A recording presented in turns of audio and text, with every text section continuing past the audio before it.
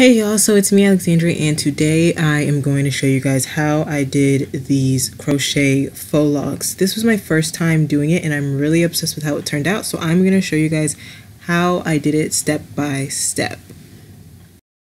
Okay, so I'm actually going to start doing my individual braid slash twist starting on this hair. So basically I washed and deep conditioned and applied leave-in conditioner last night and braided it up like this just to help it stretch, help stretch it. And I just ended up not doing anything today, so I just didn't see a need for me to take these braids out. And so now that I'm about to do this hairstyle, I'm also going to use these to my advantage. So when I do these faux locs, I don't want them to look too uniform at the roots. I don't want perfect squares and perfect parting, because usually when people get locks, their parts don't always look like a perfect square all the time.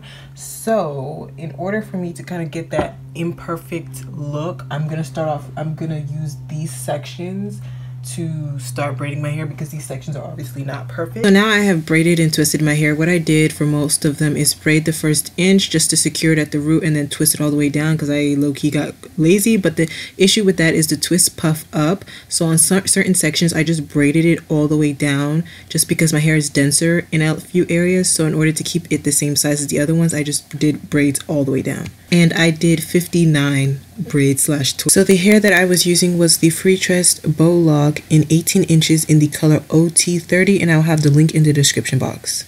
So what I'm doing first is hooking my crochet needle through the roots of my braid slash twist, and then I'm going to hook the looped side of the crochet lock into the opening of the crochet needle and pulling that through my roots as you see me doing there, and then hooking the crochet needle on the end of the crochet lock and looping that through the loop in the crochet lock. And then I'm just securing it at the root by pulling on it until it is secure at the root. So now to make it easier, I just clipped away all the sections I wasn't working on. And so now you should have the crocheted lock and you should have your real hair, your twist slash braid. So what I want to do here is I'm going to measure my hair against the lock, and then wherever it falls at the end, I'm going to start looping my crochet needle through the lock. So I just kind of shove my crochet needle into the middle of the lock, and as you see here, I'm slowly working my way up to my root. You want to keep the crochet needle in the middle of the lock and continue to work your way up through the root. Be sure to make sure that your crochet needle doesn't just stick out of your lock. Keep it in the middle of your lock and keep going until you get to the very root of the lock. Once you get to the root of the lock, you're gonna attach your real hair onto the little hook of the crochet needle, close it, and then pull it through. And basically you're just gonna keep pulling it through, and since your crochet needle was in the middle of the lock, it's gonna bring your hair down through the middle of the lock. And honestly, I had a little bit of hair sticking out the end, but since my hair at the end fell right where the ombre kind of was starting, I was able to just wrap it around and it was able to blend in. And basically that is all. So I'm going to show you guys how I do it again. I'm just going to loop the crochet needle through my root, then attach there's a looped end of the lock, and I'm just going to loop that into the needle, pull that through my root, and then basically pull the end of the lock through that little loop at the end of the crochet, as you see me doing right here, and then pull that through. I was having a little bit of difficulties here, as you guys can see. So I'm just going to pull the end of the crochet through the loop, and I just pull it with my fingers because it was a little bit easier. And once I got all the way through, I'm just going to pull it till it's secured at the root. And then, like I said, you should have your lock, and then you should also have your real hair, and then you're just going to measure it, the length. And then once you get to see the measured length, you're going to just stick your crochet needle at that point and just slowly take your time so that you don't have your crochet hook sticking out, because you want it to stay in the middle of your lock so that your braid doesn't start showing. So I'm just going to slowly work my way up and just kind of pull the crochet lock through the needle, and just really work my way all the way up until I get to the root. It is important to just keep going all the way till you get to the root, just so that there's less of a chance of your braid showing through the lock. I forgot to mention that it is very important to make sure that the width of your braids are not bigger than the width of the lock. Otherwise you're gonna have a very, very hard time pulling the braid through the lock, because you can't pull a braid through your lock if it's bigger than the lock, which I accidentally did multiple times and had to just force it through, or I had to make my braids a little smaller. That's why I did 59 of them, and honestly I should have done smaller braids. But I'm going to show you guys this last one, but I'm just going to show you guys without explaining it because I may be making it confusing for some people, so you can just watch what I do.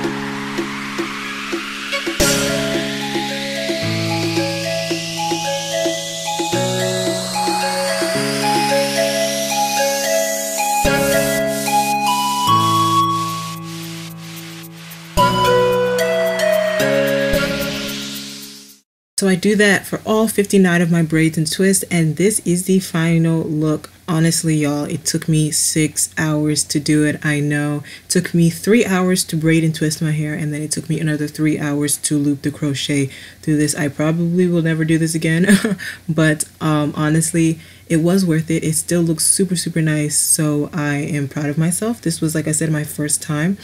So now, some of you may run into the issue that your braid is peeking through at your roots. That's why I said it isn't so important to make sure you work your crochet needle all the way up to your roots, like to the roots of your roots.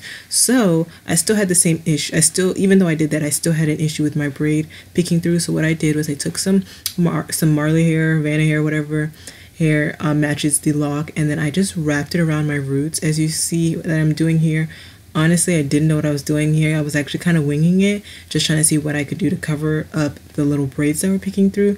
So like I said, I had some leftover Marley hair, or this is actually Cuban twist hair from my last tutorial, and I had some extra, so I just used it and just wrapped it around the base of the lock, just the base. I'm not wrapping it all the way down. I'm just wrapping it enough to secure to hide the braid at the root. I actually got a little carried away and went down a lot farther than I needed to, but oh well. And then I cut off the extra, and then here I was really just improvising. Like I said, I didn't know what I was doing, so I just kept wrapping it. I was trying to figure out how I was going to secure it, so I kind of did this method of just wrapping it all the way down to where I felt like there was minimal of the Cuban twist hair left. So I just kept wrapping it around and wrapping it around each other to kind of just secure it. And once I got to a little bit left, I kind of did the same methods that I did to the rest of my hair, and I would just loop the crochet needle through the end and peek it out at the top where the hair was, and then just loop the hair onto the lock and just pull it through